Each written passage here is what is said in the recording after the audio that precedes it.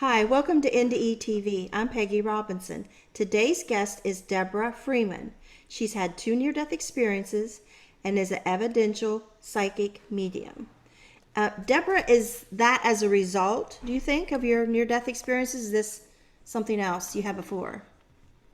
No. I believe it's all connected. I believe, well, when I was very young, I knew I was never alone, probably about the age of 4.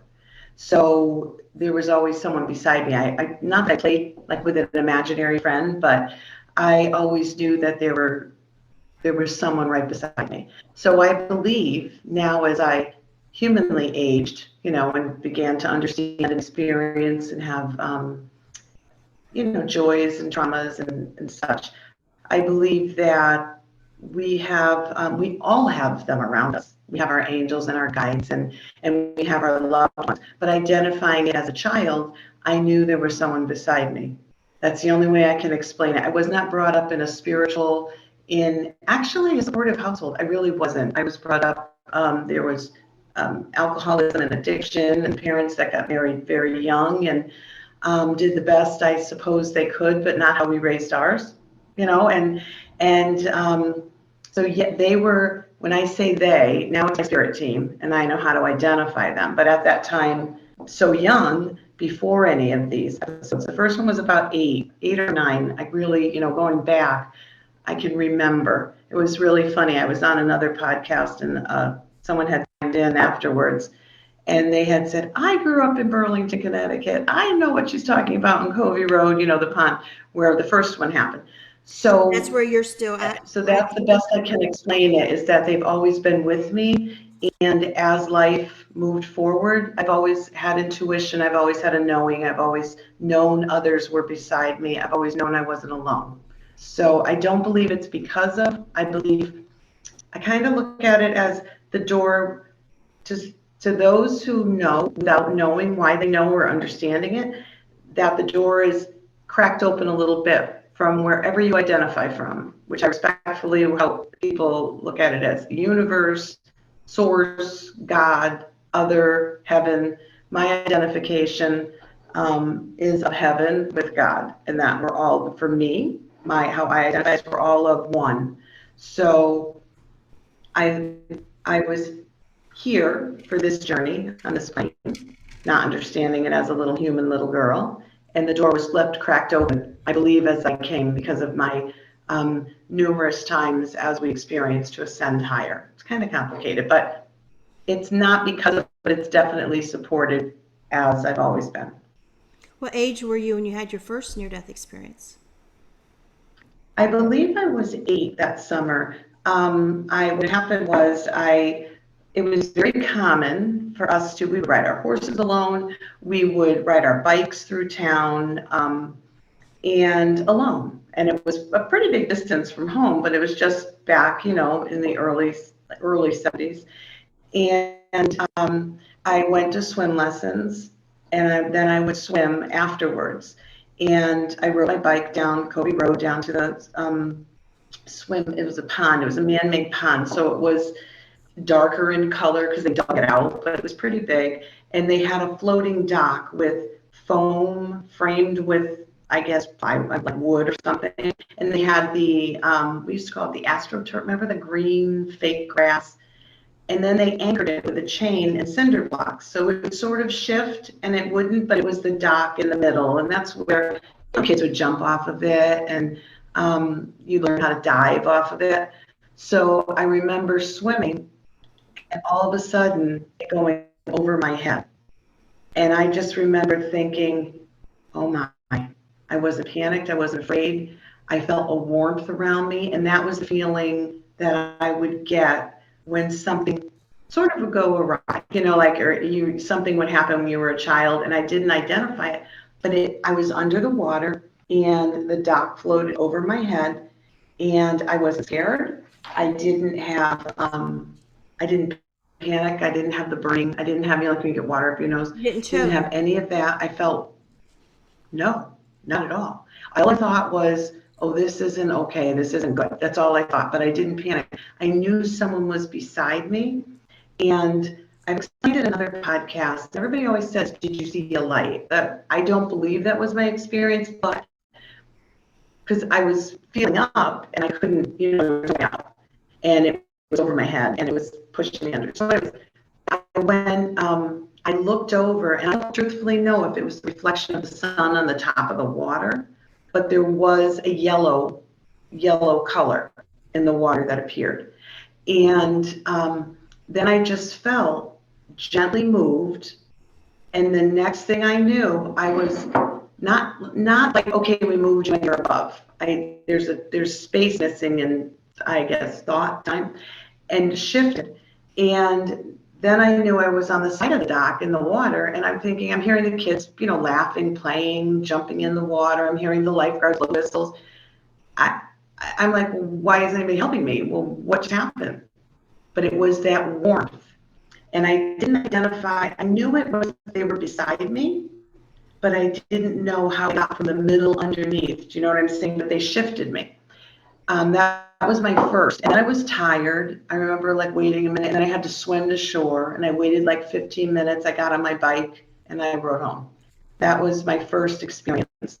And I really should have died. A little girl underneath that. It wasn't like it was hollow underneath. It was to the level of the water, and it was anchored down. So I assume the foam or whatever it was would pull it up, and then the anchor pulled down. So.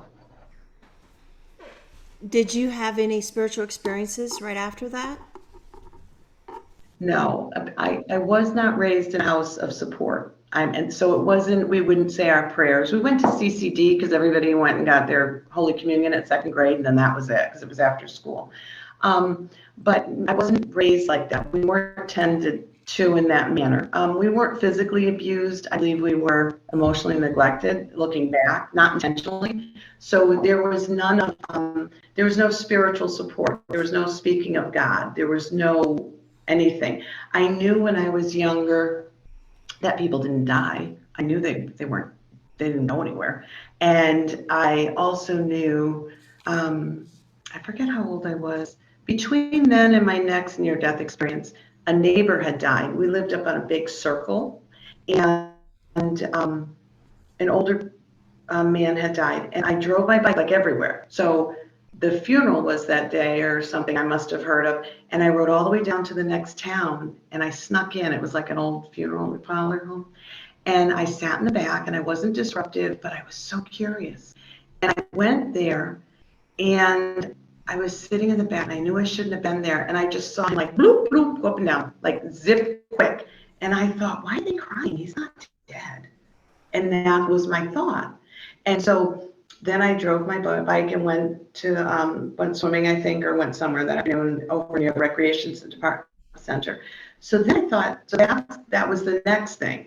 There's many other different times. Like I would worry when my grandmother passed. This was when I was older. I worried she'd be cold in the ground, because I knew she wasn't dead.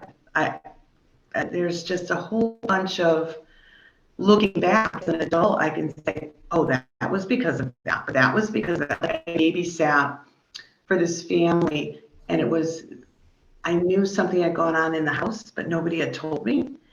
And then I went to find out that somebody was murdered in the house 2 years earlier, but I just knew that people were around, and I felt weird. I wasn't scared. I was more scared of watching, like, used to sneak as a kid to watch Alfred Hitchcock movies or something, because that was more of like a drama thing with the character. But it's always been around me. Okay. So your second NDE was from? My second NDE was, I was riding my sister's horse, and really large, almost 17 hands. And the man that owned the barn where she kept him, and the horse didn't like men. It was an abused animal before she got it. But anyhow, so I was on it, and the horse was backing up and wouldn't go forward, and it was dropping. Are you familiar with riding? You know how they roll and drop their bit? And the man came up behind him and slapped him near the kidney. The horse reared up, fell over backwards on top of me on ledge. I'm underneath the horse, all four legs are going, and I just remember that same warmth around me. And I remember, and I had from the Western saddle, a bruised pancreas. But that was the only thing on me. I didn't have a scratch. I didn't have anything on me. And I remember the horse going up, coming back down, and it was a miracle. I wasn't killed then, but it was that same warmth. And I just knew I would be okay. Same thing happened when my mother flatlined, had a heart attack. I didn't know how to, they said she had a heart attack, and there was only 2 hospitals in Hartford, Connecticut at the time. And I just had that warmth around me. Everything will be okay. When I got there, my pediatrician's husband's the one who saved her life.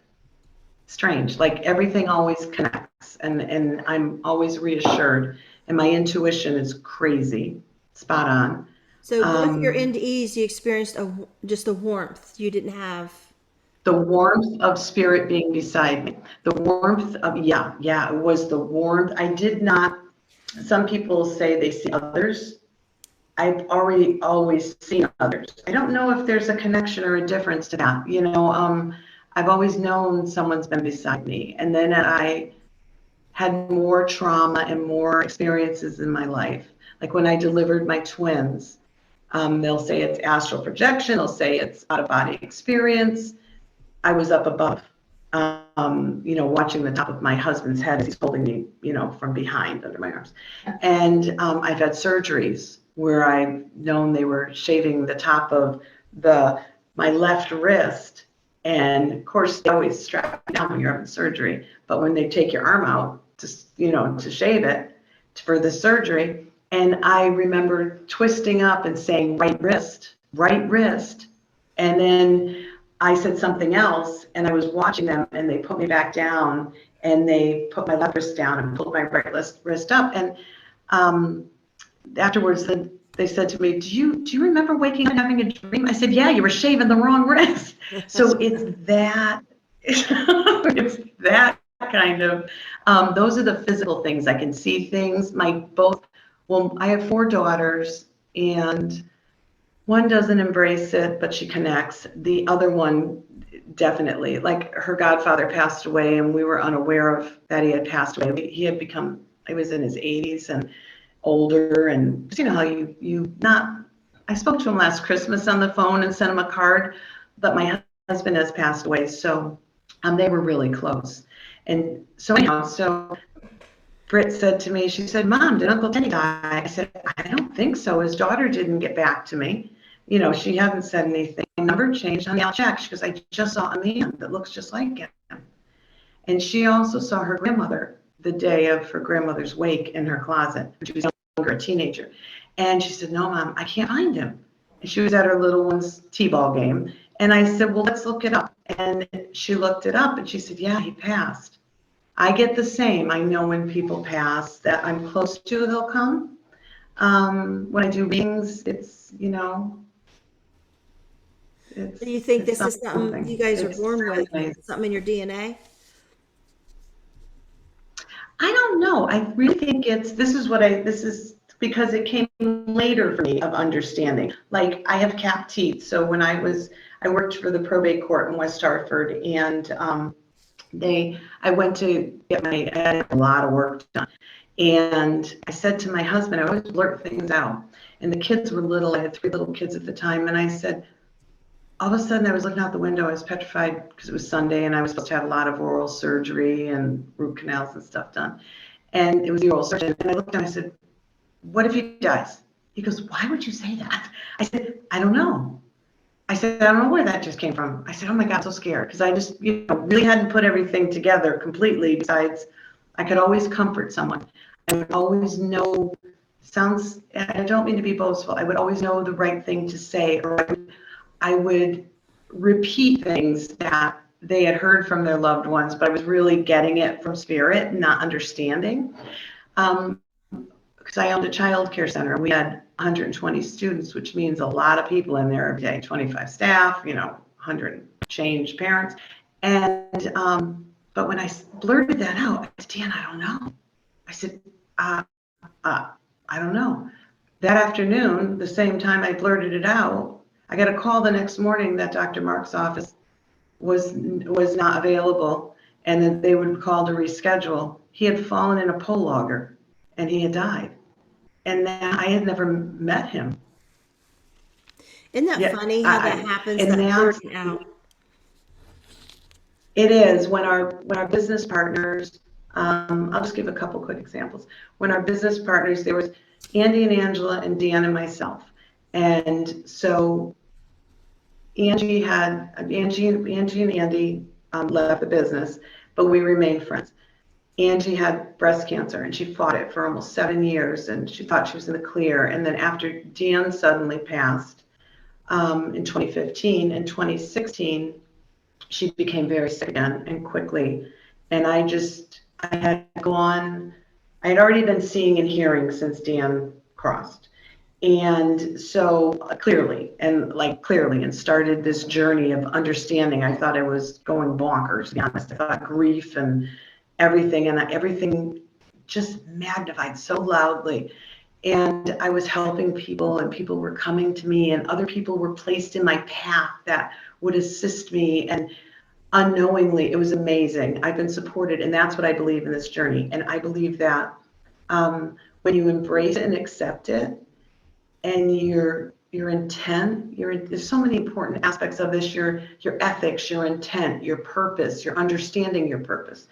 That I don't know why, I went to buy a deck of tarot cards. I thought, oh, let me go into this little shop. And I went into this little shop, I thought, because Angie had mentioned something, she would call her tatas or her girls. And she had said, well, they're acting up again. And I remember reading on Facebook, and we weren't close to talk on the phone. And I went and I bought her a spiritual, like an inspirational bracelet. And I called her sister and I said, it was in the same town, ready, that she ended up being in the hospital. I said, can you give me her address? I can't remember her zip code. I remember the road. It had just been so many years, and over almost, I'd say 10 years since we had, sold. We went to weddings to each other's kids and stuff like that. But so she said to me, well, Deb, she's actually in the hospital, right in the town I was in. And I said, can I go see her? She goes, yeah, let me check with her, make sure. So I said, she's sure you can go see her. And just that knowing and that thinking of her and that intent, that comes from spirit. I mean, Deb Freeman didn't just think of, oh, let me think of Angie today. That's definitely guided and supported by spirit and your guides and your masters and your angels and your loved ones and the whole bit of the spirit team. And they step in, I believe, when your intent is pure and you're not out, and that's a whole nother story I'll get into. But so I went to visit her, and I kind of just knew my other daughter who sees all the time, but she had known them since, of course, she held her as an infant, I went there and I just knew, and I went for like about a week and a half. I decorated her room and I got her a basket of stuff that I knew she liked, and I went back and visited her again and brought her something, and her family was out of state, and I just knew to get them a room. Like, it wasn't financial, they could afford everything. I knew to get them a room. And I thought, I have some points left on whatever. Dan used to travel a lot. And I got him a room in the town. And I said, are you coming up? And she's like, I think I'm going in. Her mother, who was in her 70s then, I think her 70s or 80s. And so that knowing is really important. That listening is very important. I went to visit her one more time, and I saw her lifting. I saw her lifting out of her body. And I called her sister, and I'm not going to say, hi, I see your sister crossing. That's not my place. You're never to step in. Everybody has free will. My interpretation, human interpretation, could be totally different than what they're able or ready or want to accept. That's not my place ever. So I just said, I think you need to come down. Well, she passed the following day. And as she passed, she presented in my living room. It was, that's pretty amazing and comforting, and it's stuff to share. And then I went up to their house because her husband, who was Andy, that was her husband, I just wanted to help them. So I went up there and I was talking to the kids. She has 2 big kids and 2 teenagers at the time, and they're doing so well now. And I went up there and I said something to her sister, and I kind of shared a little bit. I said, well, I think it was 9:36. I don't remember the number exactly off the top of my head. And she said, that's the time she crossed. that's the time that she died. I said, oh, because I knew when I saw her how she presented, and she presented with my husband, and they were very close. And they both of their immediate, I have that ability with my loved ones to connect to them and ask for signs and symbols and messages. And it's an amazing trust. I try not to say gift, it's a trust from, in my interpretation, God. So, okay, so then she passes. That's extremely sad. We get through that. And then I sent the twin boys. I don't think they were teenagers yet. Maybe they were 12 because Cole was 10. Maybe they were 11 or 12. I sent them little Santa Claus shirts because their father and mother rode motorcycles. It was really cute. So I sent them like little matching shirts. And I never heard back from Andy. And I said to my daughter, Britt, I said, I got to call him. You know, it's right before Christmas. I want to make sure they got him. You know, I don't want to think I forgot about the kids. It's the first Christmas without their mom. And I just got a sign. That's cute. So I sent him, and I went to call him, and Britt's like, can I just run in? Because she had two little ones in the car. Can I just run in real quick? We're at the Olive Garden to the bakery. I said, sure. Sure enough, as soon as she got out of the car, his older son texted me, Deb, it's an emergency. Please call me. And he had crossed. He had just passed. So those I consider them, I consider my purpose is to communicate the best I can for everyone to understand the best they can when they're ready. I don't believe shouting and going in front of people and saying, hey, like I swim all the time, water's the conduit. I swim 6 days a week. And this morning I had to, you know, you have to put respectful boundaries up, or they'll just be like, hi, here I am. So you turned this into a business? Not a business at first. Okay. At first, I started volunteering.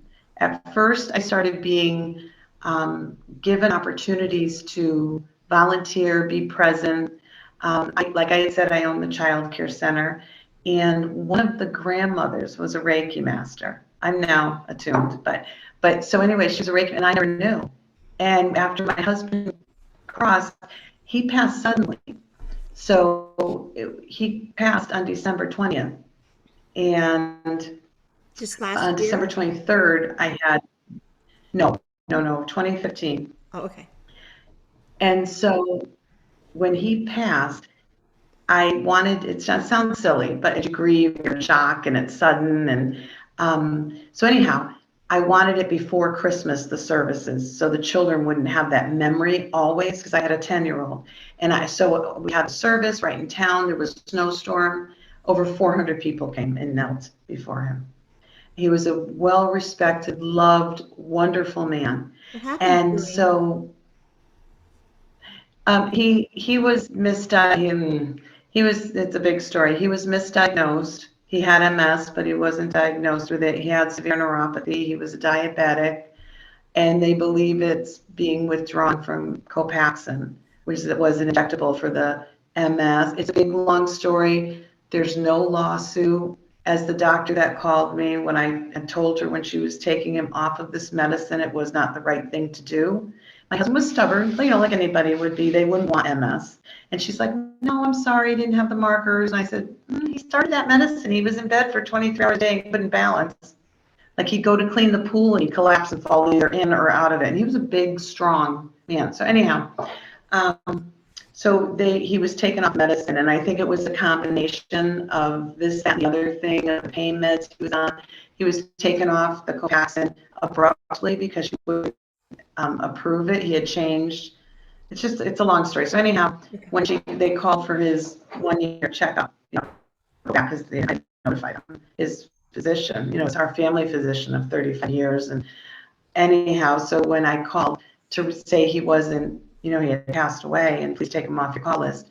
And she's like, oh, I'm sure the doctor would want to speak to you. And I said, well, actually, I'd like to speak to her.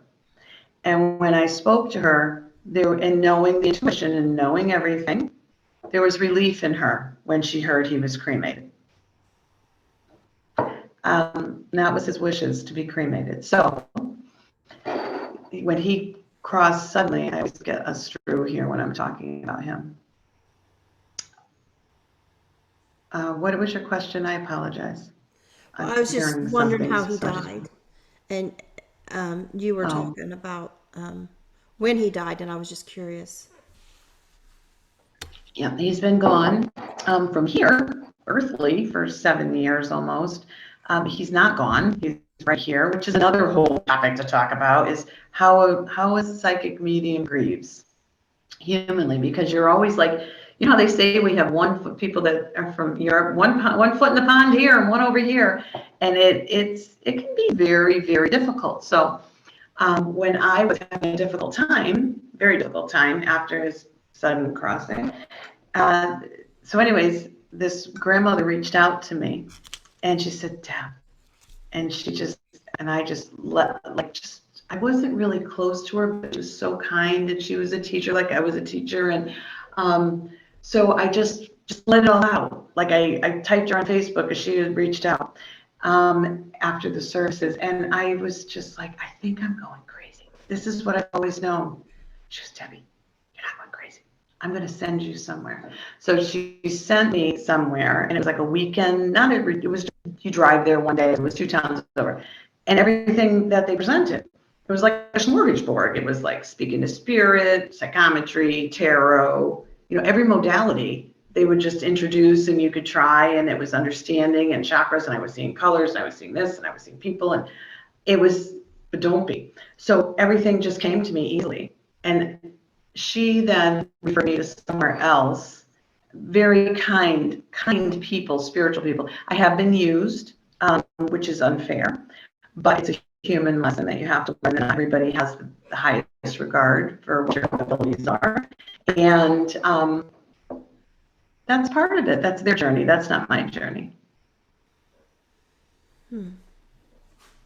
So yeah, so I've done expos. I've been in the presence of some amazing, amazing healers, and a whole bunch of everything. And everyone, 9 out of 10 of them have been very, very supportive and very uplifting. And then it's kind of like you get shifted into the next direction, and it all made sense. And I realized, threading back, like you started the interview, it's always been this way. This is how I am supposed to live my life. So I started off volunteering. I started off doing for charity, a lot of charity work. I started off in town here, and the library just got redone. So they're waiting for the big conference room. So I do a free workshop. I do 3 evenings and weeks in a row, and let people come and let them understand. I do now privately this year. I've started, well, about a year and a half ago. I do in-home parties. I've read, I've done some expos. I did at the haunted. They had a haunted little expo thing that I thought was silly, because that's another thing. I don't really agree with hauntings, but I believe they're imprints and impressions and human understanding. So went over to the Twisted Vine in Derby. That's pretty cool. I was just invited again. Now I'm going over to another, I have to do a fundraiser in September for a big restaurant has invited me. I'm not going to release the name yet. And then I've been just asked to teach some workshops. So I'm not doing it as business. I'm doing it as it opens and comes about, and to help others. Have you ever helped on missing persons or criminal cases? This is so funny. How is your intuition? Yeah. Okay, that's how it went. Here we go.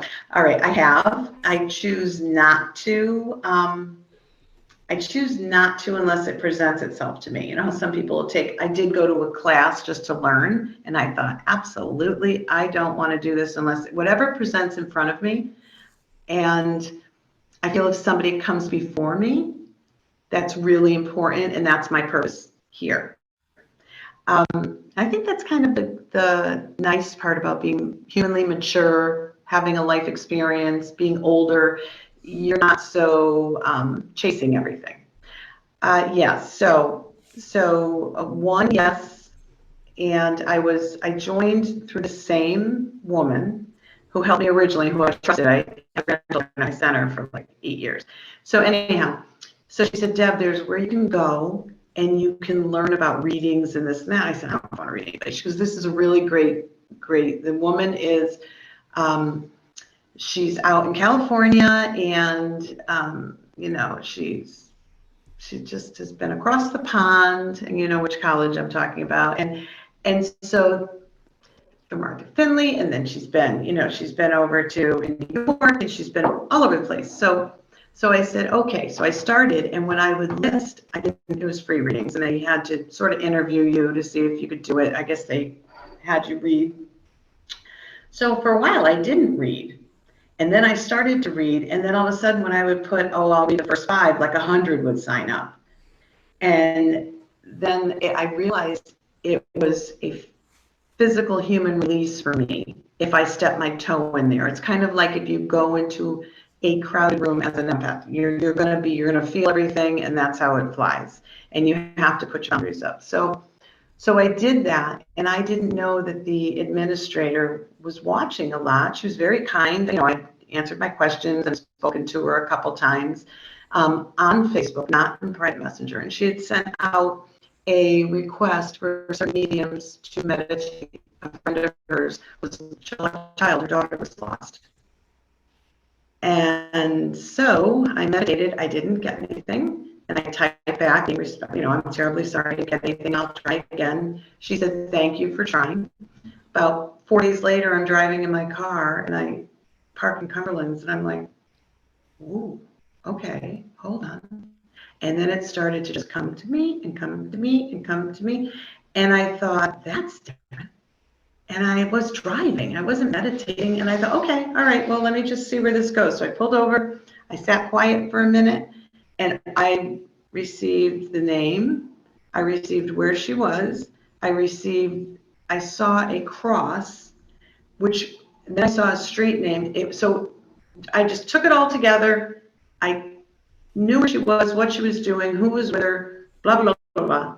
I typed it all up. I sent it over. I said, I hope it helps. She got back to me. She said, out of over a couple hundred mediums, you're the only one that had her alive. And she was located exactly where you said she was. But it was the street name with the church. It was just different in the park. And that was in France. I've never been out of the United States. So I was supposed to be available. So I was supposed to be available for that. I look at it as that child first, because, I thought as a mom, I'm like, oh my gosh, thank God she's safe. Thank God she's home. And then I thought, okay, and you get a little bit, oh, I'm glad that worked. But when she typed back and said they're so grateful and personally want to extend their gratitude, that made me feel so really warm and well. And then here's the clinch. After like 4 minutes later, I hear, that's not the lesson. That's not the lesson. That's live. That's live. That's your live energy read. And I didn't realize at the time. And so even though I was present for them, that was also for me, which then again opened up, my understanding more and that one was pretty amazing. That one I hold dear to my heart. I'm so grateful a child was saved. Awesome. And then another friend of mine, and it's local over here. She, there's a little girl that's been missing for decades, for almost 40 years. And I've seen her, but I don't see anything more. And they have never approached me. If I ever see anything more, I will share it, if it's something of validity. But she's never approached me, but I sat next to her sister. And then after that, I kept seeing, and I haven't in a while. So she's working with law enforcement and many, many certified, well-known, public, successful location mediums. So that's where I know where that's not my place to cross that line. So yes, but would I seek to do that? No. I believe it comes with a humongous emotional, human, I think, responsibility, truthfully. But if they present, I'll help. We're friends with a family that their daughter was missing, and she was married to a cop. And a psychic called in and told him what road she was on. So the police went directly there and caught the cop husband checking on where he buried her body. Mm-hmm. Mm-hmm. And it And ended up see, being on it's programs on TV. mhm, that okay. I'm not gonna. Okay, I think that's what spirit does. They know when there's a door open. They know who they can say knock, knock, knock loudly to, and that's a wonderful, wonderful thing. Uh, and I understood. I've never done one where someone has. I've seen the little girl that I mentioned, but I've never had that experience. So, who did the psychic say? Did anybody ask the psychic where they got their, like, from their spirit team? Did she present? Did the no, like we have here in town. Pardon me? The family just told us that my understanding was this woman was psychic and lived in this other state, and I think she must have heard about this woman missing or the case or something, and she just got this knowing and called in. And the name of the road Because that she was on was like Nats Road. It was such a strange road. Like who would come up with that name? Like yeah, well, that's like when you get names in a reading. Like I go to an advanced mediumship circle, usually like to share. It's like once a month if I can fit it in.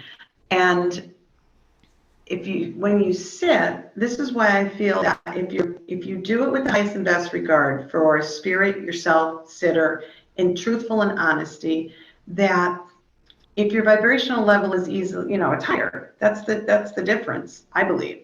And spirit lowers theirs to me. So, but I was sitting down in the last one I went to, and this woman to the right of me, and we don't know each other except, it's drop in. So anybody can show up and different people show up. So we're sitting there in the circle, and the woman that was leading it said, she said, does anybody have anything for anybody? And I said, yep. And I usually do. I usually big around the corner. So I said something. I said, I see a tree, I see a swing, I see this little box car. And then I see an accident, but I don't see a car. Like sometimes when I see a car accident, I have my different signs and symbols. I said, I see it hitting it, but I don't see anyone injured. But I also see, I'm hearing Walter, and I'm just getting some months and dates, and that's as simple as it happens.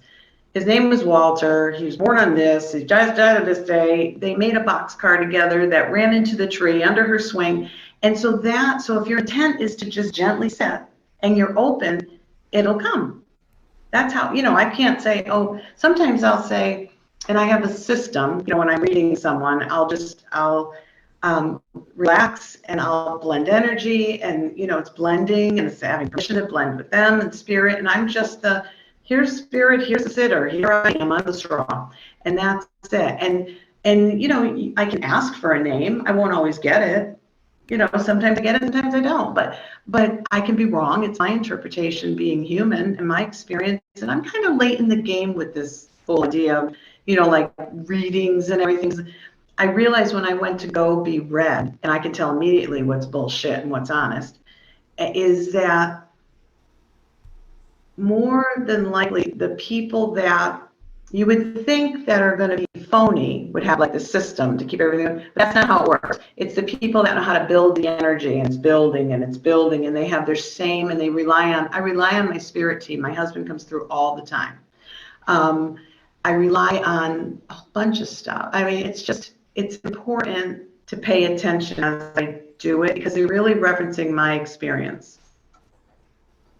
I've learned when I get those feelings to not let my anxiety take over that this is happening, to stay calm and work from Oh, it there. doesn't, the only time I feel anxious, see, I feel removed that when I do readings. I don't feel I'm there, but I don't feel that I'm part of it. Like I always tell we never twist, we never make things fit. If it doesn't work, it doesn't work. If it's great, it's great. But it's for you to put together, not me. That's not my job. So when I learned how, for me, for anxiety, the only time I was anxious was when I was being certified, being judged by someone who I respected. And that made me feel like I didn't want to let her or myself down. Had nothing to do with the readings. And no, I don't ever feel anxious like that. Yeah. That to me doesn't come in because and I mean, I have a lot of experience. I've read over thousands of people, but I just don't let anxiety get in your way. Yeah. Because you're there for the purpose of being there. Like, it's that simple. It's like, I don't know how to put it. Like When I anxiety sat was me down, doubting myself. This can't be don't happening. doubt You know yourself, what I mean? because you know what? If you do it in your highest and best and you relax into it, like I've done, have you done cabinetry and deep trance meditation? Nothing like that. Oh, I see. When you not see, meditation for me is very important. And so I always say prayers of gratitude in the morning. And to me, I honor God. Everyone has their own, which I respect. Everybody's interpretation. My job is never to tell someone how to be, think, or feel. My job is to be present, and it's for them to take whatever they want from what I'm hearing or seeing, and for them to apply it however they want. That's very important. But after I say my prayers every morning, I meditate. And I can drop down, and I realize I drop down when I'm reading. So my vibrational level goes up. I like, it's kind of like, how can I put it? It's kind of The like center. feeling. Do you ever step on the sand at the beach and your feet drop a little bit? That's what it feels like to me. And don't doubt yourself. Don't ever doubt yourself. The highest and best. And if you're being Yeah, honest, I know what you mean. I It's like mean, going from you can be skin level to soul level. You dropped in. oh, Is that what okay. you're describing? Okay, so that's how you physically, but that's how you humanly physically feel it.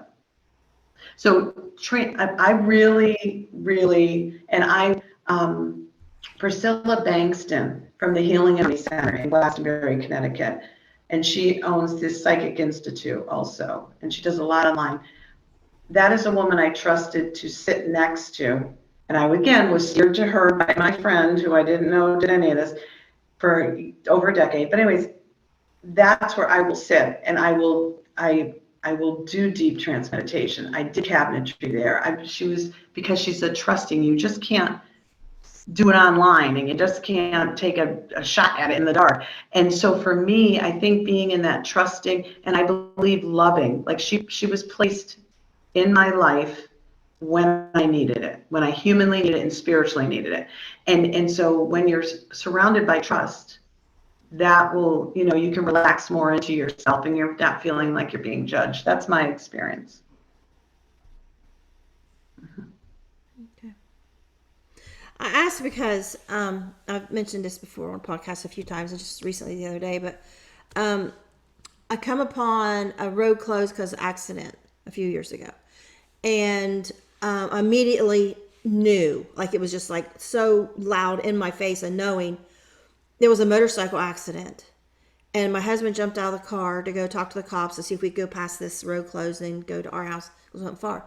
And soon I couldn't wait for him to get back to tell him what I was just knowing while he was out there. He come back. I said, it was a motorcycle accident, wasn't it? And he said, yeah.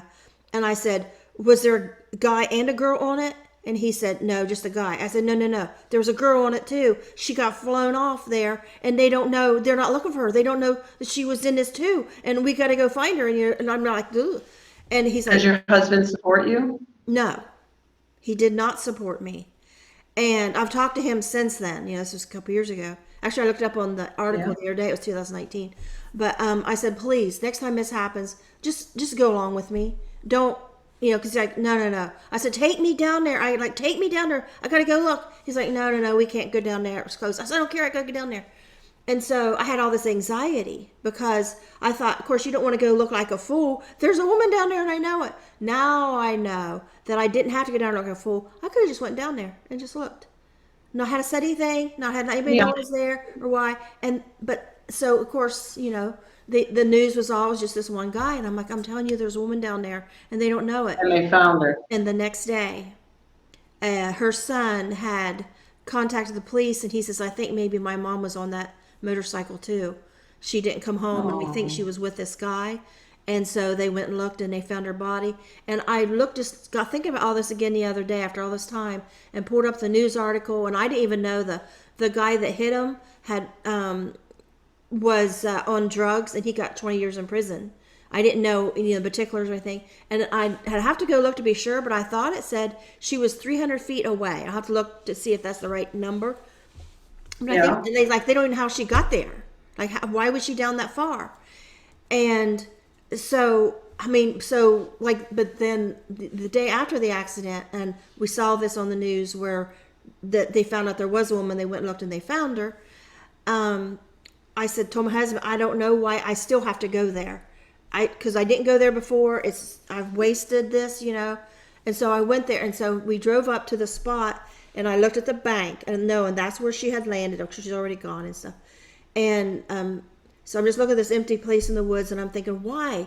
Why did they get this feeling, and why didn't I do anything? And I wanted to so bad. I'll never do that again. That's that human guilt. Yeah, I'll listen. That's human guilt. And but you know what? Okay, so that was really a lesson for your husband.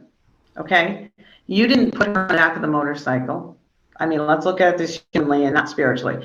And the reassuring, that was your husband's lesson, it was your lesson. And so next time, just dial 911 and say, I think there was a woman on the back of that bike. But it's when we're presented and we haven't experienced it before, that can be very overwhelming. But I'm just like a friend of mine who's, oh my gosh, she knows every angel, everything, every ascended master. She knows, she's beyond. She said to me, why people can't understand is because they're not awoke. They haven't woken yet. And I'm like, what? And it's true. And I hope that we're here for this, people call it journey, experience, whatever. And each time we ascend higher to what our soul's purpose is, aligning with God of one. So that's my understanding of it. The other part is, I don't want to say that story because that one's too long. Is that, I'll tell you how my husband understood. My husband would have thought I was batshit crazy. Simple. But he always knew, like he would look at me like, why do you say that for? And it always come true.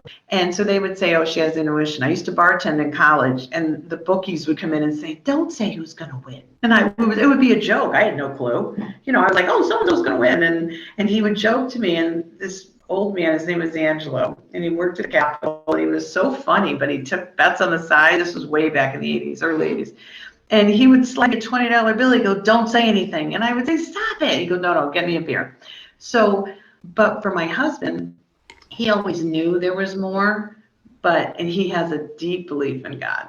I mean, he was so connected. But I'll tell you how his brother passed away. His father passed away at 60, I think 60 or 62, I think 60. And so anyways, so the thing was that the Freeman men don't make it past 60. He met a brother who he didn't know he had. His father was very active, I guess, when he was in the Navy, because he's got 3 other siblings now since then.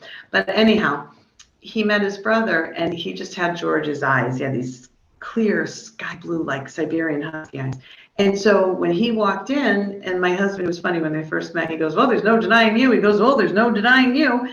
And it was cute because they met, when they were in their early 50s and 60s, and he was 60. So Dan was joking with him, and he said, well, no Freeman man lives past blah, blah, blah, blah. And then Jim called back and said, well, you son of a bitch, you cursed me because I have terminal cancer. Dan felt horrible, of course, but it was just nice. And he was closer to the other brothers. So anyway, so after he passes away, we go to the wake. Dan buys me tickets to see Teresa Caputo.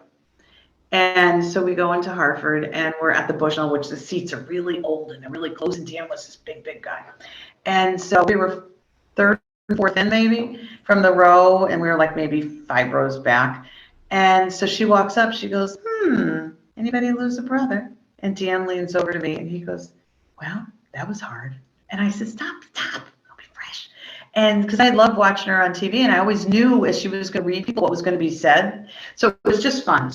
And I then started to do that. I would go to local mediums also. So if somebody's questioning if they're hearing things correctly, I suggest not overstepping and not ever speaking to somebody else's clients or audience, but just sit in that where there's a trusted medium where you can. That helped me a lot.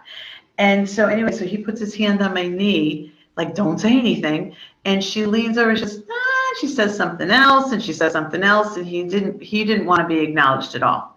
So he goes, nope, he didn't even say anything. And I couldn't, he was a big guy. Like he wore a 3X even when he wore top, when he wore a 36 pant. And then he got big belly. But so she goes, okay, so nobody's going to take that they met their brother they didn't know shortly before he died. The color drained on my husband's face. And he squeezed my leg. He's like, no. And I'm shaking my head, yes. And she just looked at me. She goes, okay. And she winked at him. She said, bye. And she went on to the next person. But that was his. Do you understand what I'm saying? Like he didn't have to sit and say, I want a reading or I want this or I want that. So that was his lesson. And it was relief for him also. Yeah, definitely. And so that's the point. So don't bear that guilt. You didn't put her on the back of that motorcycle. But that was your lesson to listen a little. I remembered something that I had forgot just a few minutes ago. I used to hear, I'm not used to talking like this, but where they say like Spirit said, I don't talk like that. But I remember hearing a couple times when I would get a knowing, don't interfere, you'll jinx it, you're not to change it. Well, that is, I believe, maybe, I'm guessing here, maybe your spirit team. It may be maybe somebody, an angel. It may be someone telling you that's the ethics, the basic ethics of mediumship. Number one is do no harm, which sounds easy, but how do you know if you're walking next to somebody? Like when I was in the grocery store after Dan crossed, I kept hearing this woman say, cup of tea, cup of tea, cup of tea. And I'm thinking, oh my God, I'm losing my marbles. And I kept hearing cup of tea. And finally I get behind at the deli and I hear this woman talking to her friend. She goes, my grandmother, oh my God, I'm going to miss her so much. All she wanted to do was have a cup of tea. And I heard, dear, and that was, I think she was helping me because it was hard for me to go to the grocery store when I told you how Angela passed and then Andy passed. Nick, who is, okay, let me see, Nick is, I think, 28 now. Angie's been gone 5 years this past week, and he had a little girl almost 2 years ago. And I remember being awoke in the middle of the night, I heard, Mom, Mom, and because Cole was, that's fine, he's now 16, so he would have been like 13 and a half, 14. And I remember checking on him. It was only him and I in the house. The twins were at college. And I got up and I heard it again, loud as clear in the living room. And I turned around and I heard, Mommy. And everything was fine. I wasn't frightened. I went back to bed. I thought, okay, I marked the time. That's the time little Angie was born. So it was Angela. So then when I told Nick, he's kind of like, they lost their mom really young and it was very difficult. And he didn't get to go see her before she crossed. And so, it's to reassure and to comfort. That's what this whole thing is.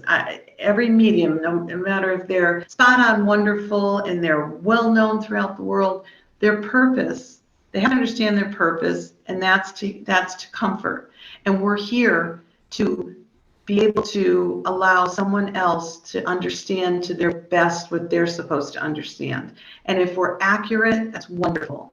And it's just being in the present. So do no harm means you have permission. You just don't step into someone's energy or into their moment. You don't know how they're going to take a message. You don't know what they were dealing with an hour ago, or maybe they're going through trauma right now, or maybe how are they going to take that from you? Even if you think it's the most wonderful and important thing to say, it's not yours to say. It's the sitter's to hear. So that's important. So I don't think you were supposed to say that at that moment. I have a question about that woman. I have something that has happened to me just a few times, and I don't understand why. I get a spirit, angel, whatever they are, come upon me all of a sudden out of nowhere and ask me to pray for someone, or ask me, am I praying for them? And another time it was like, will you pray for them? And it's real, because the first time it come, and I'm thinking, why they're angels, they pray, right? Why me? Why do I need to pray? But the first time they come fast on me. I was out in the backyard working, just mind my own business. And are you identifying them as angels? Do you know how to identify your spirit? The first time I did, because I seen something out of the corner of my eye, like, was it big birds or something like his shadow, and it come from like way over in our field to like whoom on me right now, but hovered above. And it's like, are you praying for Pappy? And that's my ex-husband's father. I'm like, no, I used to, and da da da. We're divorced. I don't anymore. And I'm like, what in the world's happening? And they're like I could just visually visualize, I guess, them kind of like talking amongst themselves, and they took off. And I'm thinking, wait a minute, do I need to pray for him? What's going on? And then I get a call Okay. later that he died of a heart attack. Like, why would Okay. they need me? So why aren't you? I understand that's really, really wonderful as it's happening, but you're confused, right? Yeah. So So why would you why wait for ask it to me? happen again? Why wouldn't you understand within yourself? Well, Pardon me? when it happened again, it was more direct. It was just not like swooping down. It was just like all of a sudden come upon me. And it said, will you pray So, for but when you so and so? ask, so you should meditate. I guess, biggest suggestion is to meditate and to pray and to ask them to present themselves so you can be at your highest and best and of service, because we're here of service. I mean, anybody can look at it, ego, whatever. I don't think it's ego. I try not to Right, let like, ego jump I in my path. why are they putting life and death in my hands? You know what I mean? Like, who am They're I? not Like, putting it in your hands. You don't have that power. that's That's what not it feels your like. Why they decision come or to power me? to make. Why would they come to me? Like, But who's coming to you? I don't know. Like, But okay, so because they're trusting, yeah. So they're trusting you. another time they come upon me. I was busy painting the porch, and I'm all hot and sweaty. Can't wait to just get this finished and go and get a shower and put my feet up. And then this comes upon me and said that I needed to take my best friend to go see her dad because he's dying. And I'm thinking, oh, bull, I've learned since then. And I was I like, oh, think bull, no. because your door is open, Yeah. And I, but so your I, door that, is open. yeah, that I understand. That I realize that I should have called my friend right then and taken her to see her dad, But but if it was her you dad. don't want, but do you not want this? Well, it was new to me. I wasn't understanding it. But then So later, what is your question? my question is, so then later I had a come upon me that I should pray for my sister-in-law.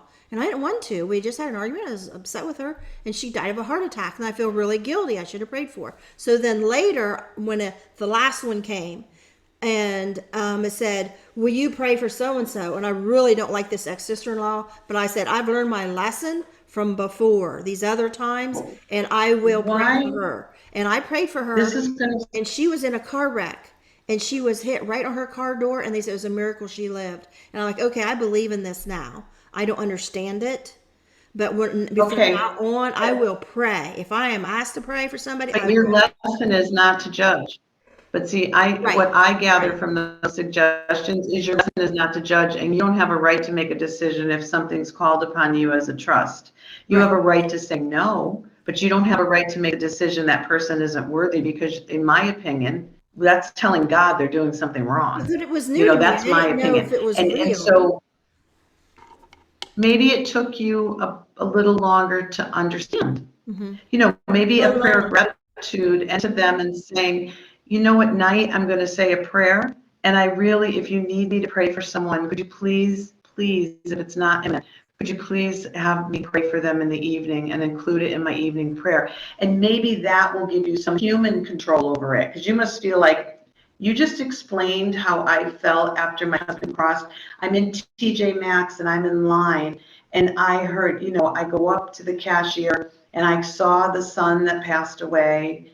And she's saying, and she started to cry and say she's sorry. I'm not going to get into it in detail. It's in the other podcast, but I knew I had to be present for that woman. And her boss was just a jerk. She's like, I told you not to do this in the line. Blah, blah, blah. And I said, she's helping me. We're fine. Thank you.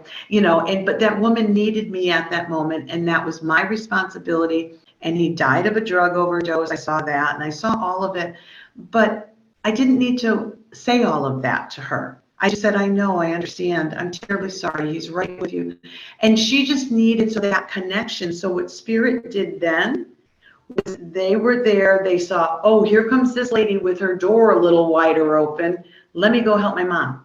Do you know what I'm saying? And so that is what it's for. And so I believe that was your human lesson that you're not supposed to hold guilt with. Okay, Because you're this supposed to doesn't come release with an that. instruction book. We don't know when these things just start happening what to do Well, with you them. have to surround yourself. And I think that's what I think, oh, I could go on and on with how many people it presented in front of me and knowing they crossed. And, but I think because I had wonderful healers, spiritual people, mediums, shamans, I mean, these people, I didn't even know how to pronounce what it was, and that presented in front of me, or I would have felt the same way.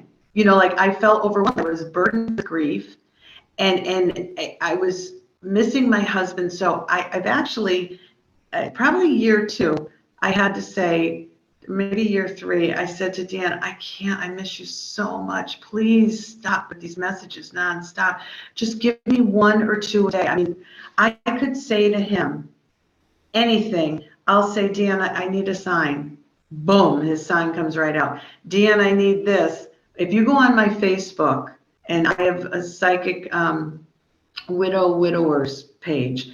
Also, it's every day he presents hearts to me, and I hear his voice. When I do readings, I see his hand come out. They are there to assist us. They're there to support and love us, because I believe we're not just on this plane. I believe I believe I'm another plane. Like, all this is happening, and I'm also in heaven. And I think it's really important. I kind of want to get to the validity of a reading too. Have you read people? I don't do any of that stuff. Like what has happened has been spontaneous out of the blue. I didn't call for it. I didn't ask for it. It's just, so I don't I think, what I intentionally. think, I, when I surrounded myself with like people, I've also had, I've had some readings that were out of the blue, amazing. I went to my daughter called me and said, do you want to go see a medium? This is after Dan passed. And I said, I'm sure, but I couldn't leave Cole because he was only 10 years old. And so she's like, well, the twins, because they were 17 at the time, she's like, they can go in the mall. It's right in the mall. I said, okay. And she said, I said, how long is it? She said, an hour. I said, all right. I sat down. This woman's crazy good. She comes up to me. She goes, because I could feel the energy too. And I didn't understand that. Like we hooked like to one another. And I kept hearing my husband, I'm coming, I'm coming, I'm coming. She walks in front of me. There's 250 people. She bought the tickets in her married name, not my last name. She bought them the night before, randomly. And the woman just says, go sit down wherever you want to sit down. There's buffet breakfast. I'll start the show shortly. She had no clue who we were. She came over. She named my husband. She told me how he crossed. She told me what was the matter with him. She told me who he was with. She brought my mother-in-law through.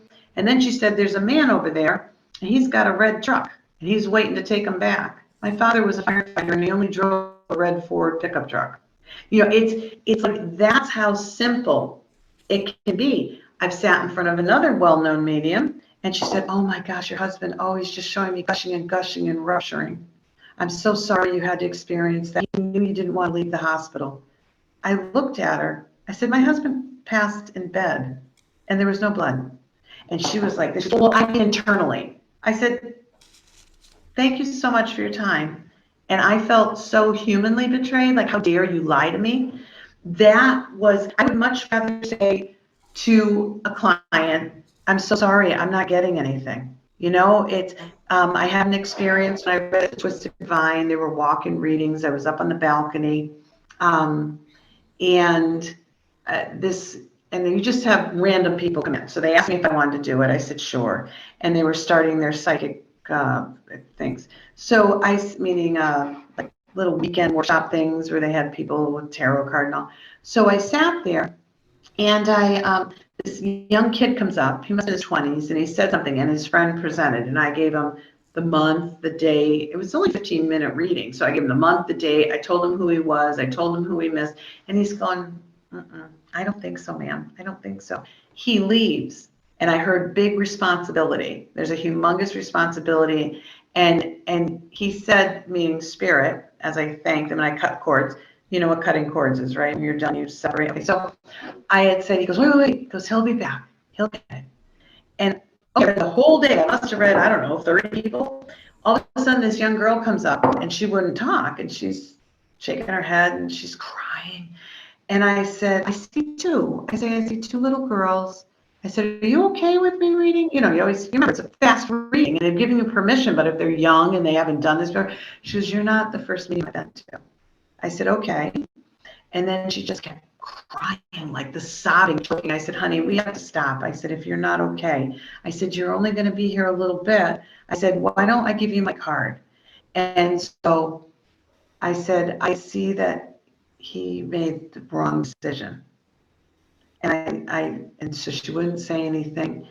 Then she just burst out crying that it was her twins' father that put them in the car when he was under the influence, and they all three crossed.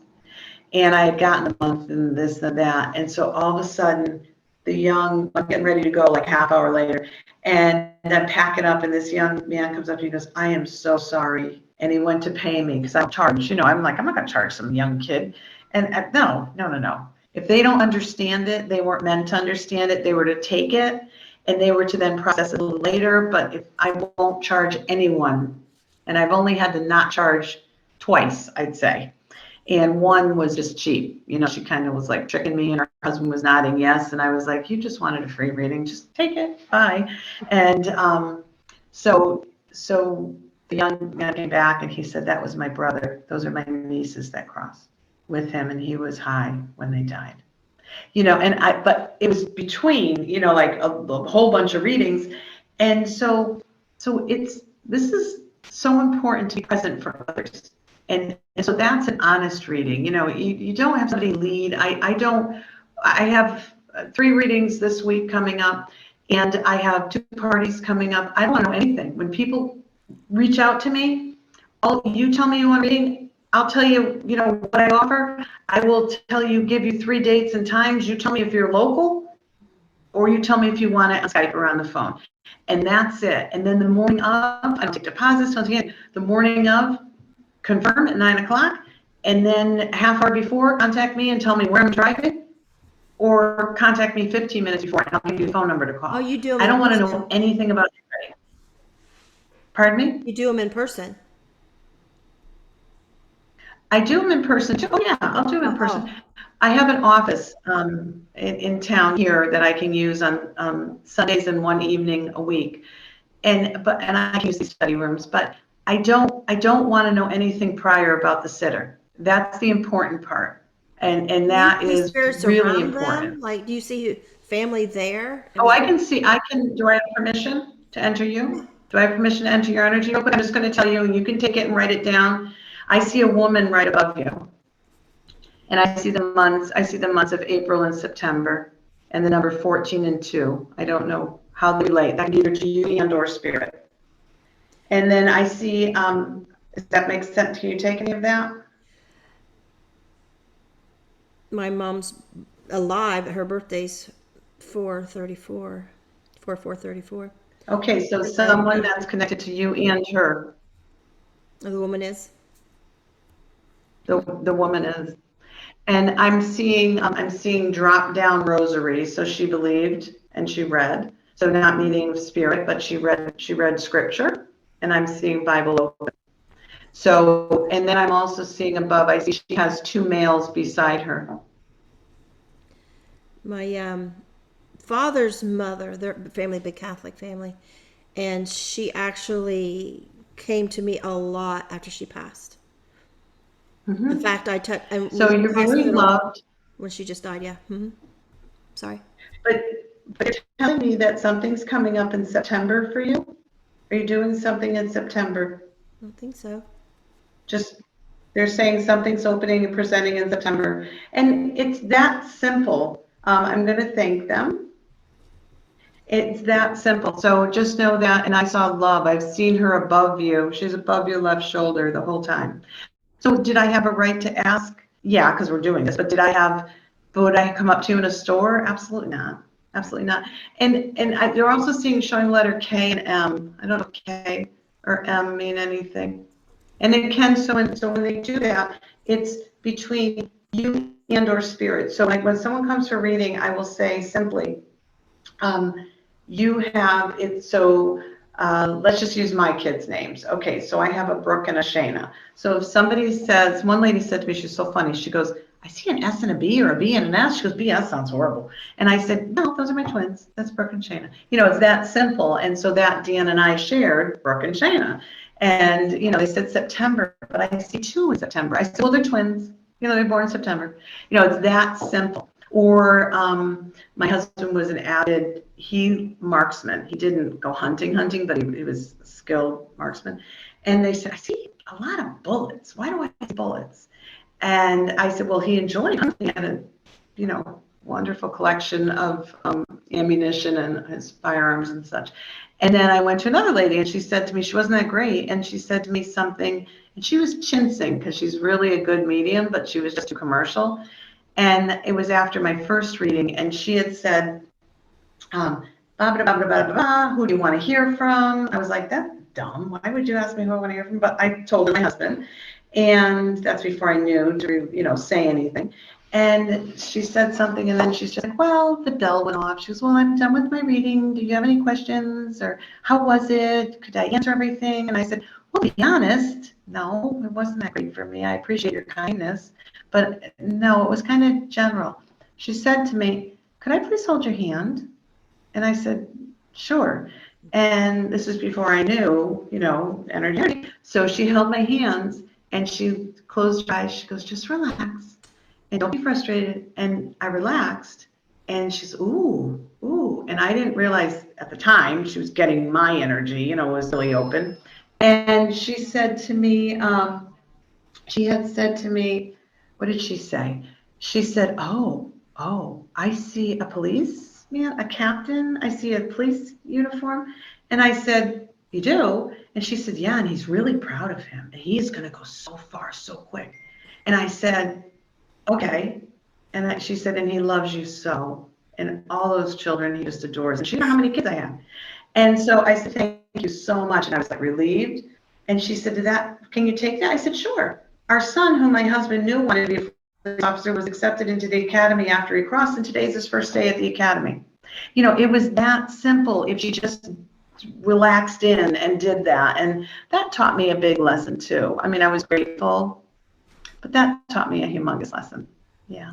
When you were talking about, I suppose my mother-in-law, my ex-mother-in-law was Catholic. All 3 of her initials are M. Oh, there you go. See, that's how simple I'm just sorry, my phone. The K, I don't know. That's how simple. I'm glad. Well, you're surrounded with love, and that's what I saw. I saw bright shine. So that to me is warmth, and that to me is being proud. So I think you held her and you were close to her, correct? Yeah. Yeah. When she passed, my ex said, you can go in and see her now. They just got her cleaned up. And I mean, he's already ex by then, but I was led to go there that day. That's a whole other story. And so I put my hand on her arm, like to say hi, you know, even though she's passed. It's just like, you know, hi, Mary. And it was like picking up the phone. Suddenly, chat. She's just, and I'm so embarrassed because it's never happened to me before. It's so unexpected. And some of her kids was in the room, and I feel like I got to keep a poker face. So yeah, I'm not reacting to this conversation with this dead woman. And there again, she was like wanting me to bring her back. And there again, I'm like, I can't bring you back, you know. And she's And I was like, you had a beautiful death, you know. All of 12 of your kids was surrounded by you. And they were saying these Catholic prayers, singing these hymns, and you had a beautiful death. And she fell, broke her hip, had a heart attack. And I said, if you were back, I said, if I could bring her back, I can't bring people back from the dead. You know, why would she say that to me? And, you know, it might not be so good next time. She go through a lot of pain, all this. So I said, find your husband. Isn't Pappy there? And all this. But so then she kept popping up after that at home. And so well, maybe that was, see, this is my own experience. I've never experienced that. No spirit has ever said, oh, can I come home? Can I come back? I don't really see. I've never heard of that either.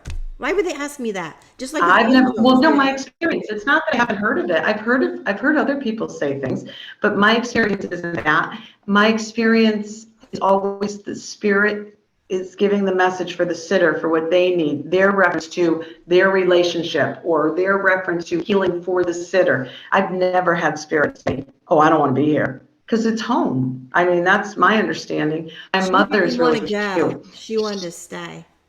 She wanted. She Well, wouldn't maybe believe. she was communicating, okay, I'm only guessing, I have no insight to this, but maybe she was communicating that humanly she didn't want to leave. And she wanted to let you know, to tell her loved ones that I really wanted to stay with you. And you were probably so overwhelmed with her, crossing, that you just want to be present. You were grateful to be there. And there was a whole bunch of other emotional human stuff going on that maybe if you were sitting quietly, like afterwards, she would have said, I'm so grateful for you being present. I'm so grateful for you being here. I'm so grateful. And you wouldn't have heard Yeah. the human Yeah. At home angst. later, she did, and I said, "Okay, Mary." I was like, "I'm not afraid. I'm home. It's during the night. Everybody's asleep." And I got out the family Bible. It was the Catholic Bible that come to their religion with. Yeah. And I said, "I'm going to write down everything you tell me, and so I'll have a record of this." And that's still That's written the down in the best. Bible. That is the best way to do it. So my mom is 81 now. Okay, my father, let's see, 14 years ago, passed away. And they had like I said in the beginning, he was an alcoholic and everything. They loved each other, but they had rockiness. And she took care of him until he crossed. But anyhow, after he went, she was like, she was sad and grieving, but she healed a little. She healed a lot quicker than I did. Being a medium and being understanding and an empath and hearing and seeing is such a beautiful trust. But on the other hand, humanly, it's really hard to carry because you miss your physical human partner here. You miss your life partner doing this on this plane. So anyhow, so I brought her to a medium. It was really cute. Her daughter, who's a medium also. And it was a quick 15-minute reading. And my mother goes, I'm not going in alone. I said, yes, you are. Well, she's 22. Go in. She's fine. Go. She goes in, and the medium was like this, that, and the other thing. And so that's why I don't know the connection. I do see a gold cord to my children, like throughout us, and I know where it comes from. I'm fifth generation, but my grandmother on my father's side never said anything, but my aunt did in a different way. I don't think it was just as open, and we had dysfunction in our family. So looking at it now, like my cousin I hadn't spoken to in 30 years because we just a family, I knew she had crossed. And she crossed suddenly and young, and so that was a different thing. So I believe we're all connected because we all come from the same. But so my mom's in with this medium, and she's like, "Yep, he said he loves you." She's like, "Yeah." And my mother is someone that used to vacuum the dog. She's so stinking clean and organized. So yeah, oh yeah, she had a Dalmatian because my father was a firefighter. Anyhow, and she would vacuum the cellar once a week. She keeps immaculate. She's 81. Her house is cleaner than mine will ever be in my whole life. So anyway, so she's always organizing, and the medium said to her, he wants to let you know that he knows that you took his trinkets, his little trinkets, his ceramic trinkets, put them in a box and put them on a shelf recently. My mother had just taken 5 days ago antique all of his salt and pepper shakers, put them in a box and put them on the shelf. She was so relieved with that. So then as she, as my journey unfolded the past, like almost 7 years, really strongly, she's been beside me and experienced a lot of it and all of that. But her friend Miriam passed away, I want to say, I'm just guessing, 5 years ago, maybe 5 years ago. And she lived in North Carolina. She was originally from Connecticut. So the family was fighting over everything because the husband passed after her and he was supposed to go first, something like that. So they were having a burial over here, I think at Mount St. Benedict or something in Hartford. They had a burial. They finally, years later, brought her ashes or remains or whatever. And my mother was invited to go. So my mother, being the Catholic woman that she is, will go to every funeral, even if she, whatever. So she gets there. She was kind of like, she's like, they had nothing afterwards. One of those, like you get the one that puts the party dress and off they go. So I said, Mom, why did you drive that far? It took her like 40 minutes to get there. So anyhow, so she goes there and she leaves. My mother has the flip phone. The old flip phone that they show okay, she just had to give it up last month. So this last summer. She goes to me, she goes, oh my God, Deb, my phone wasn't even charged. It started to ring. Like, she would never even charge it unless she took it somewhere and she keep it in her pocketbook and she wouldn't turn it on when she drove. I'd be like, Mom, you're supposed to have your phone in your pants or your jacket pocket. So God forbid you get in an accident, it's right with you. And you have to turn it on. So she goes, it started to ring in the drawer. I said, what? And she goes, it started to ring in my drawer. She goes, I opened it up and there was a message from Miriam. Oh, I'm so glad you came. I'm so lucky to see you. I can't wait to see you again. It was a message she never got from Miriam. Miriam had Alzheimer's before she crossed.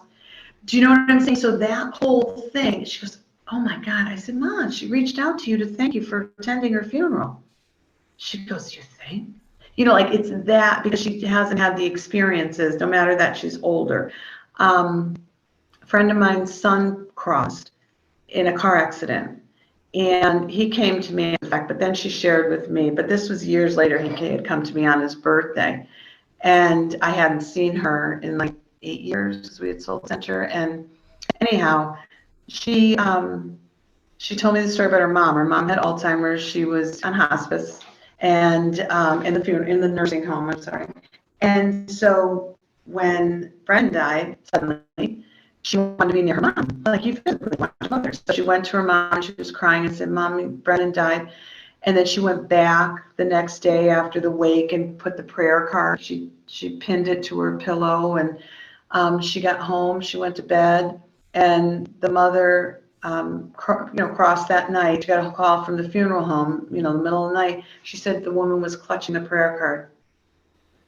It was pinned. The woman was like completely out of it. So they do come across, they do comfort us, they do want us to share and to be honest and present. And so I think what my suggestion for you is to go find a like group near you that can support, those things. And so it taught me ethics and boundaries and how to not always be a faucet wide open. So they have like psychic support groups? They do, but be careful online. I really mean it. Even though this is going online, you need to find somewhere where there's honest people that aren't out there to earn a ton of money off someone, and everybody says, oh, everybody can be a psychic and a medium. Of course they can.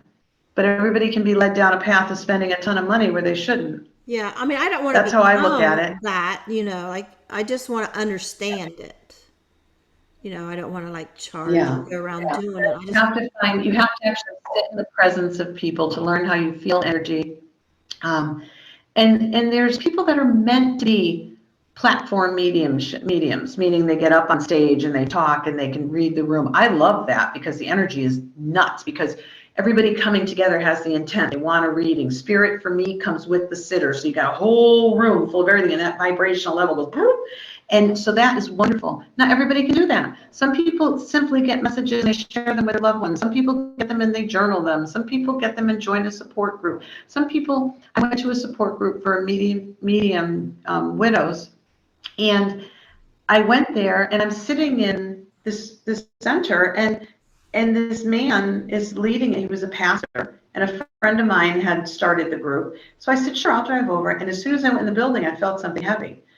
Later, I found out that some people prior were worshiping, like Satan and the devil. I don't entertain negative energy. I don't believe in it. A lot of people say if you have this, you have that. I don't believe that at all. I believe if you have a human intent, you're going to attract and you're going to think and you're going to draw to you. So if somebody's going to worship something that's not positive, they're going to draw people who are not positive. If you're going to hold yourself in the highest, most honest regard, you're going to attract that energy towards you.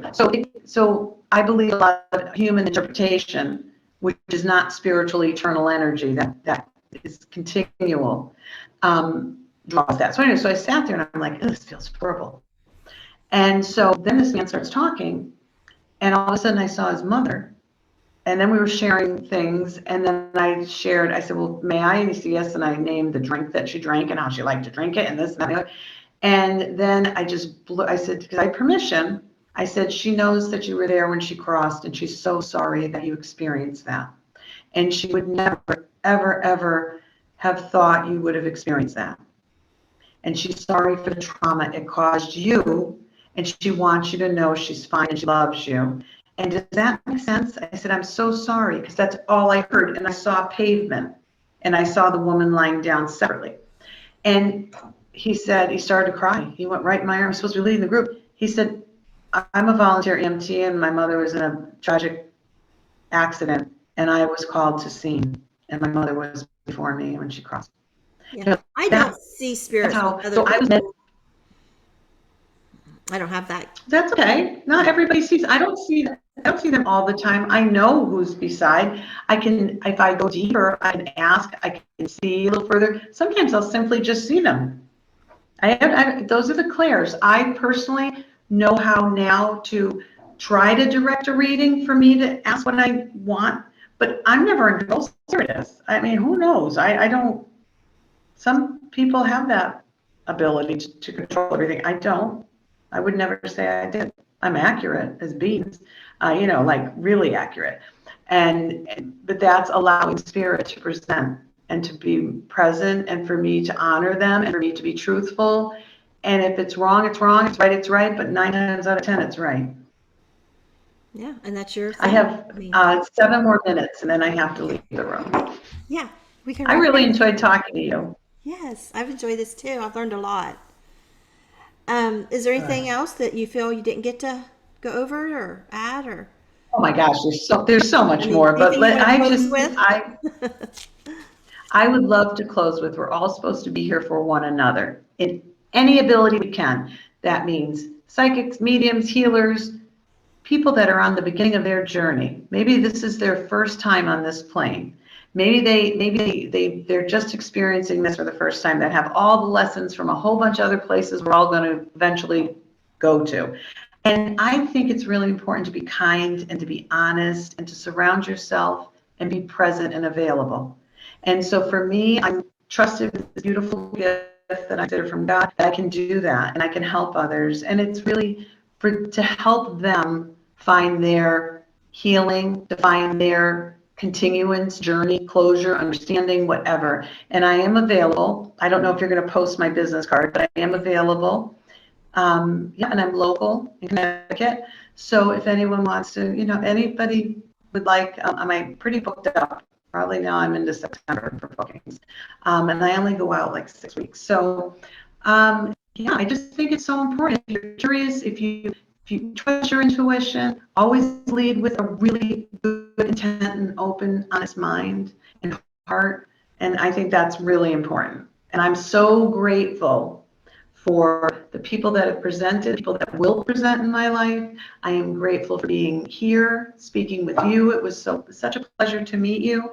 I am on, can I say the other podcast that I'm on if they want more? Okay, I'm on the Jeff Mara, Deborah Freeman podcast number 470. That one has over 17,000 views. So that gives you an understanding. And I am going to sneeze in the beginning. It's hilarious. I'm like, oh, and the computer wouldn't work. So I had to do my phone. I look insane, I was on his show please.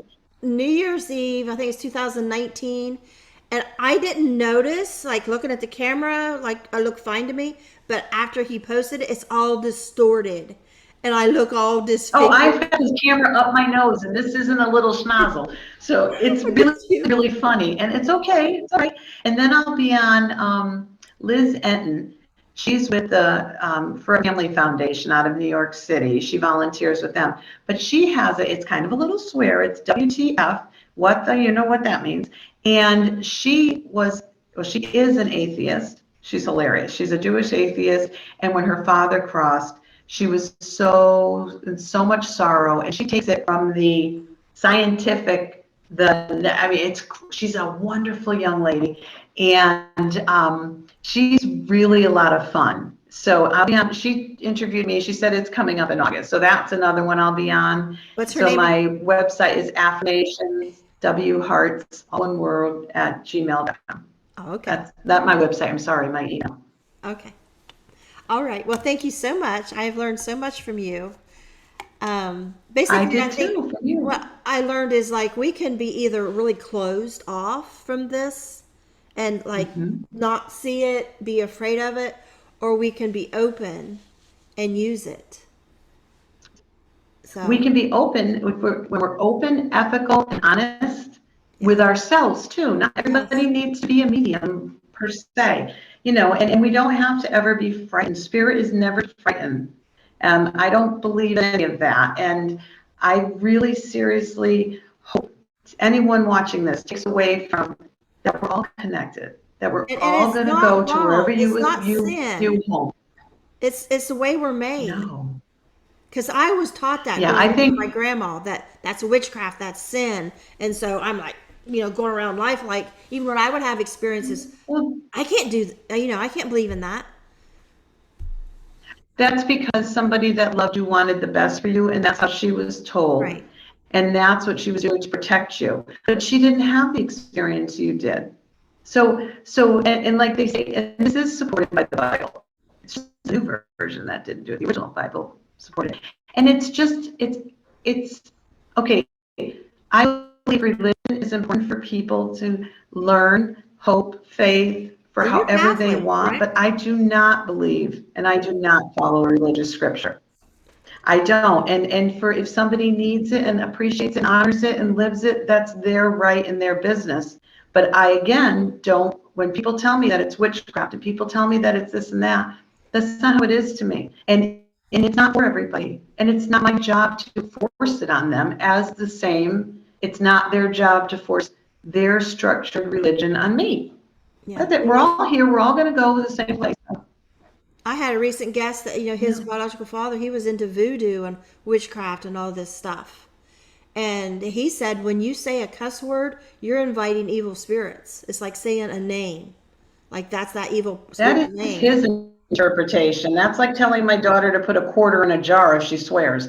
That to me doesn't make sense. And that's not kind. And that's not with an ethical. I don't care what you believe in. You have to have ethics and standards. And if they're not for the highest and best and good for others and yourself, what did that do? That promoted fear. That's not.